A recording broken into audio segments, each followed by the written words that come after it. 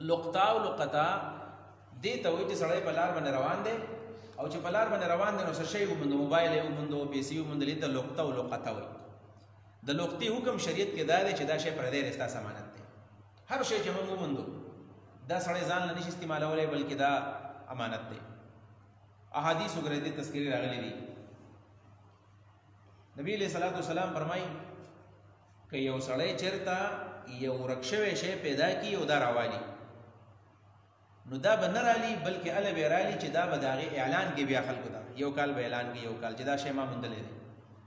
نو که داسې یو وزني او قیمتي شی موندلی دی په طور مثال موبایل دی او د 50-50 زرو دی یا یې ګاډی چېرته یو ځای کې ولاړ دی نو خامخا یو کال به د هغې اعلان کړي چې دا شی ما ما موندلی دی او که د چا ما در دې نښې وایي زه به یې ورکړم دا د لقطې حکم دی او چې کله بیا د هغې مالک میلاو شو نو دا به یې ورکړي اوس بالفرض که یو کال وشو او کال د ده سره پروت دی اعلان یې کوو کال کې هم ده ته اړو هغه سړی میلاو نه شو اوس به څه کوي ده سره اوس 3 صورته دي یو دا چې مزید یې وساتي چې بس ولاړ وي زما نه څه خوري ګاډی دی او څادر مې پرې راواړو او یا څاروی دی ساتم به ورله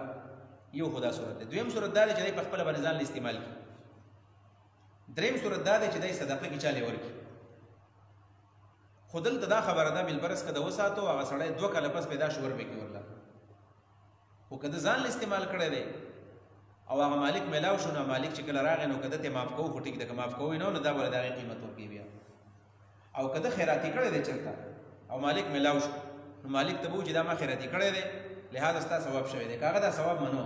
خو دا به د هغه له طرف نه صدقه وګرځي او که هغه دا ثواب نه منو نو خیرات د ده وشو او دا به هغه شی بیا پیدا کړي او له بیا ورکړي په دې بنیاد باندې لقطه او رک شوی شی د لار نه راوچتول دا د هر چا کار نه دی چې دا به ځان سره وساتي لهذا څوک یې نشي ساتلی په ځای باندې پرېږدي بل څوک به راشي راوبېلي خو که ساتلی شي نو هله بیا هلې بیا دا خبره ده چې یو کال به خامخا دا شی سړی ساتي نو علما وایي چې بالفرض که دا شی قیمتي دی نو بیا به یو کال ساتي خو که قیمتي دی د داسې 1000 روپۍ موندلي دي 500 روپۍ موندلي دي نو بیا 2-3 ورځې د هغې لاندې وکړي 2-3 ورځې لاندې او چې کله د هغې مالک پیدا نه شو ځان یې استعمال کړي خو که کله د هغه مالک پیدا شو ورکوي به ورله واقعاتو کې راځي حضرت علي رضی الله تعالی عنه یو ورځ یو دینار موندلی یو دینار چې ویې موندو نو نبي علیه الصلاة والسلام ته یې ویل چې یو دینار مې موندلی دی رسول الله صلی الله علیه وسلم ورته ویل چې ګورې دا چې کله د دې مالک پیدا شو ورکوي به ورله ماښام پورې څوک پیدا نه شو ځکه یو روپۍ د 1 روپۍ خو یو ورځ ساتل پکار دي نو کله چې ماښام پورې څوک پیدا نه شو نو حضرت علي صاحب په هغې باندې روټۍ وکړله او نبي علیه الصلاة والسلام یې هم راوغوښتو چې ما پرې روټۍ کړل او راشه ته راسره وخوره وایي دې روټۍ ته ناست دي په دې کې زنانه راغله چې زما یو دینار روک شوی دی او د چا سره یې مال یې راکوي نبي علیه السلام یې پاسې کې دینار وله ورکړه شابه نو حضرت علي صاحب هغه روپۍ راواغېستله ښځله یې ورکړله او دا د دې خوراک شو په دې بنیاد باندې چې یو شی څوک ومومي نو ګورئ داسې نه ده چې بس دا ما وموندو مال الله راکړو نه دا ستا دپاره امانت دی دا به ساتې دې ته مسلماني ویلی کېږي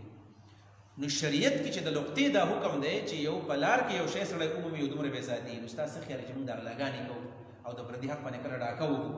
او پردی شی موږ ځان له راوړو او پردی شی موږ پټو د دې به شریعت کې څومره سخت وعید وي په دې به الله تعالی څومره بیا خفه کېږي په دې وجه باندې خو شریعت وایي که نه چې یو نوړی هم چا خېټې ته کوزه کړه نو الله تعالی به یې الله خو عبادت نه قبلوي نو پردي شي نه ځان ساتل پکار